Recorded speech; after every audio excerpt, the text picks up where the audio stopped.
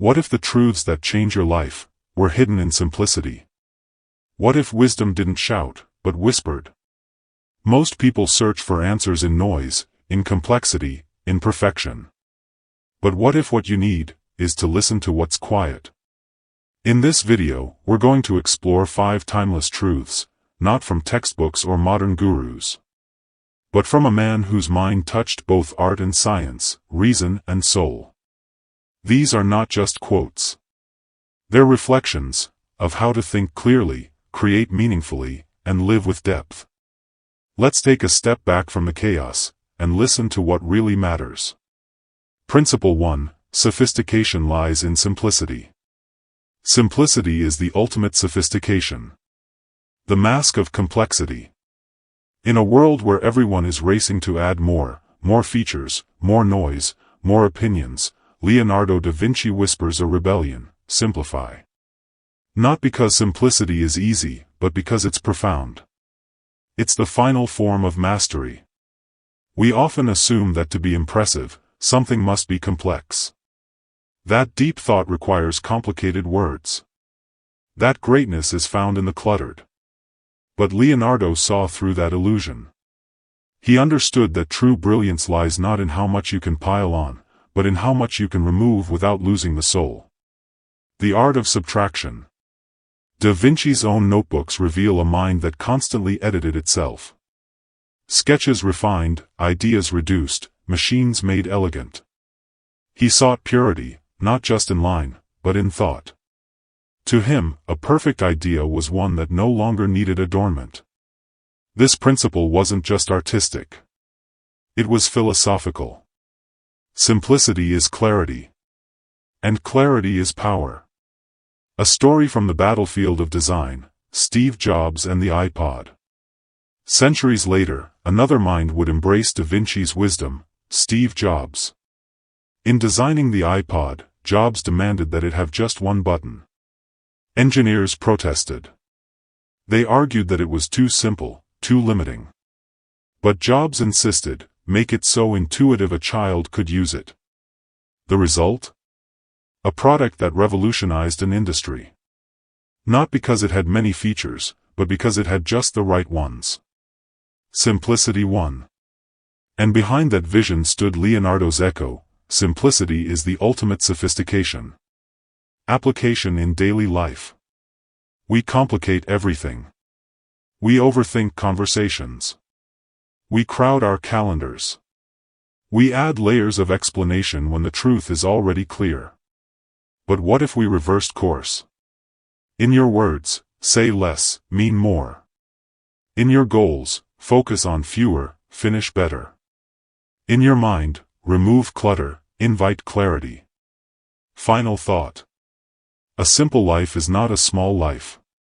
It is a focused one. A disciplined one. A deliberate one.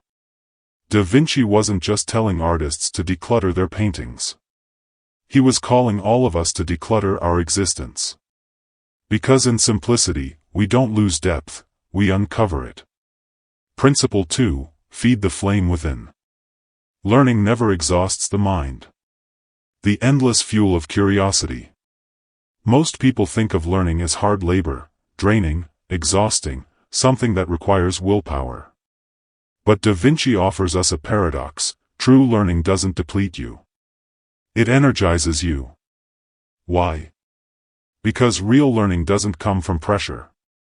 It comes from passion. It's not a duty, it's a fire. And the more you feed it, the brighter it burns.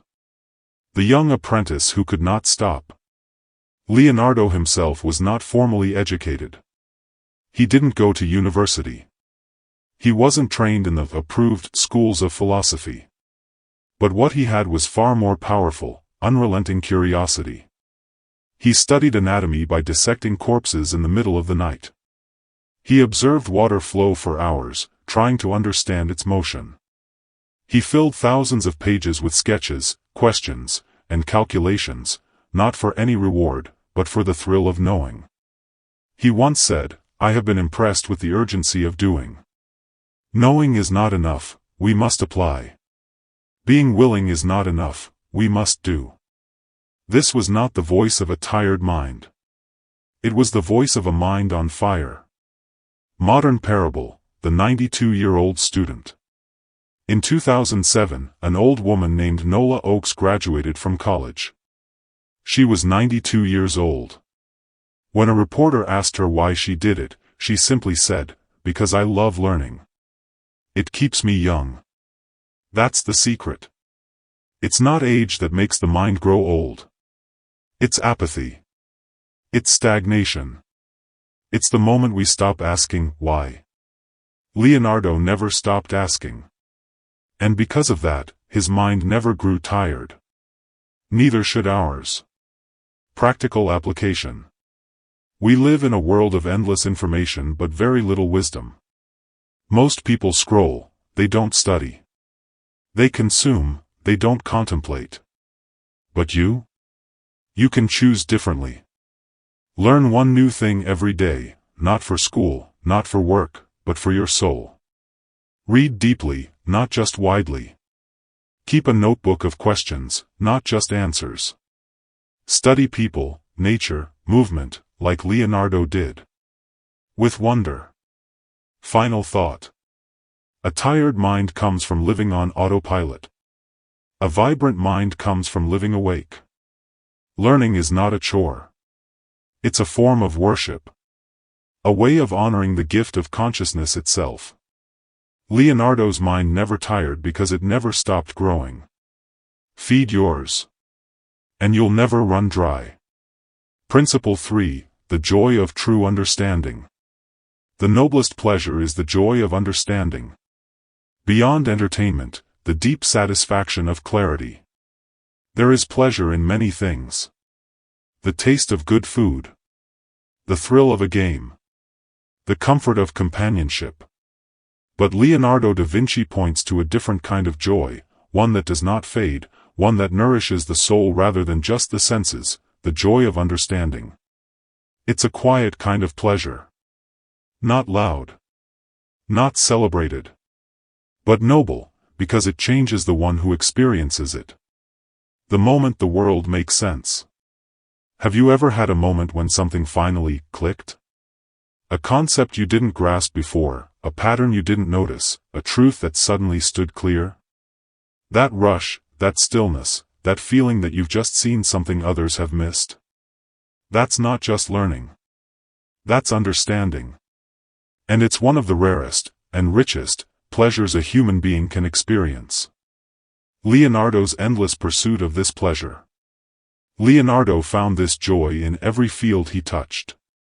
In studying the motion of birds to imagine flying machines. In understanding how the muscles in a human face create expressions, so he could paint truth into the Mona Lisa's smile. He didn't just collect facts. He sought insight. The why beneath the what. That's why his notebooks are filled not with conclusions, but with questions. And it was in chasing these questions that he found his greatest joy. A story of a young boy and the falling apple. Consider Isaac Newton. He saw an apple fall, but unlike everyone else, he asked, why? That moment of understanding, when he connected gravity with planetary motion, changed human history. But before it changed the world, it changed him. That spark of comprehension lit something eternal. He was never the same. That's what Da Vinci meant. The joy of understanding is not just mental. It's transformational. Living a life of insight. In today's world, we confuse information with understanding. We Google everything but reflect on almost nothing. We consume content, but rarely digest meaning. That's why we feel full, but empty. To reclaim this noble pleasure. Don't just know facts. Ask what they mean. When you read, pause and ask, how does this change the way I see the world? Reflect daily. Understanding comes not from speed, but stillness. Talk less to impress. Listen more to perceive. Final thought. There is no joy more lasting than the moment truth dawns within you. It is quiet, but revolutionary. It does not shout, but it liberates. As Leonardo reminds us, the highest pleasure isn't found in what we consume, but in what we comprehend. Chase understanding, not because it's useful, but because it's beautiful. Principle 4, the union of spirit and skill. Where the spirit does not work with the hand, there is no art. The mechanical versus the masterful. We often believe that talent lies only in the hands, that if someone draws beautifully, sculpts precisely, builds perfectly, they are an artist. But Leonardo da Vinci challenges that shallow view. He tells us, skill is not enough. Movement is not enough. To create true art, the spirit must be involved. The hand is only the tool. The soul is the source. Leonardo, the craftsman-philosopher. Leonardo was a man of technique. His notebooks are filled with detailed studies of perspective, proportions, and mechanics. But he was never satisfied with skill alone. He painted slowly, sometimes taking years to finish a work, not because he lacked speed, but because he refused to move his hand before his spirit was ready. To him, each stroke had to carry meaning. Each structure had to speak intention. Otherwise, it was not art, it was decoration. The pianist who played without a heart. There's a famous story about a young pianist who trained rigorously for years. He could play with stunning precision, every note, every tempo, every dynamic. But when he performed for an old master, the teacher simply said, "You play with your fingers. But where is your soul?" Technique can impress, but only spirit can move. This is true not only in music and painting, but in all forms of work. A teacher who speaks without heart may deliver information, but not transformation. A leader who acts without purpose may achieve results, but never respect. Bringing soul into what you do. Many people today live on autopilot. They go through motions, answer emails, attend meetings, post updates, but their spirit is absent. Their hands are busy, but their soul is silent. Leonardo's wisdom calls us to bring our full being into our actions. Don't just show up. Be present. Don't just complete a task.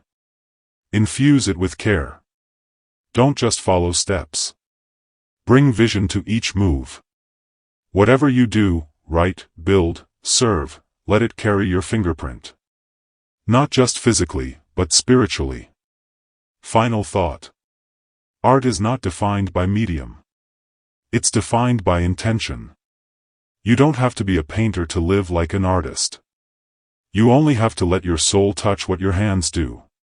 Because when your spirit and your craft become one, you don't just produce work, you leave behind something sacred.